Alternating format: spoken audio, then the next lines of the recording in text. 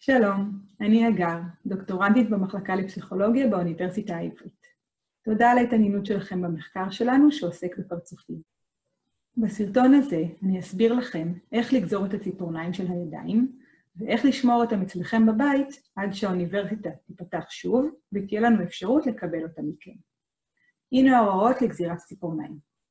כדי שהציפורניים יהיו מספיק ארוכות, צריך לגדל אותם במשך שבועיים, אפשר כמובן גם יותר. בזמן הזה צריך לא לגזור אותן. אם כבר יש לכם ציפורניים בנות 14 יום, אנא גזרו אותן ביום הניסוי. אם הציפורניים בנות יום עד 9 ימים, אנא בצעו את הניסוי וגזירת הציפורניים, כשהציפורניים יהיו בנות 14 יום. אם הציפורניים בנות 10 עד 13 יום, אני מבקשת שתבצעו את הניסוי היום, ואת הציפורניים תגזרו כשהן יהיו בנות 14 יום.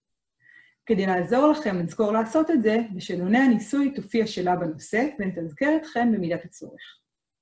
לפני גזירת הציפורניים, יש לנקות אותן ולשטוף במים ובסבון, כך שלא יישאר עליהם שום לכלוך.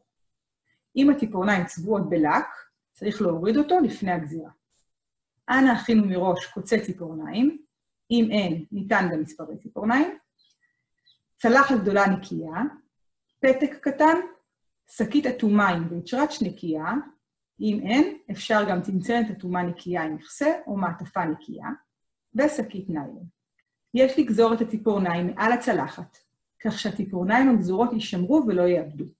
שימו לב לגזור בעדינות רבה, מבלי לפגוע בעור, קרוב ככל האפשר לנקודה בה הציפורן מתנתקת מהבשר.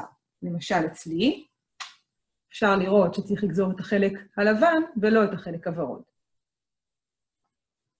שימו לב לגזור את כל 10 הציפורניים, זה הכרחי לצורך הניסוי.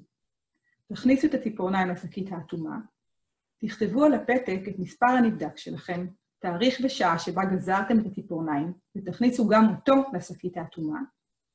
סגרו את השקית האטומה היטב, כך שלא תהיה אפשרות שהציפורניים הגזורות יאבדו.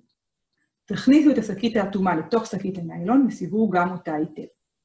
עכשיו שימו את שקית הניילון במקום מוגן ומוצל, בטמפרטורת החדר, ולא במקרר. שלא ייגעו בה עד לזמן שבו ניתן יהיה לקבל אותה מכם. בשאלונים שתמלאו, תרשמו איפה החסנתם אותה, כדי שנוכל להזכיר לכם. תודה על שיתוף הפעולה, ההנחיות האלה נמצאות גם במסמך המצורף במייל.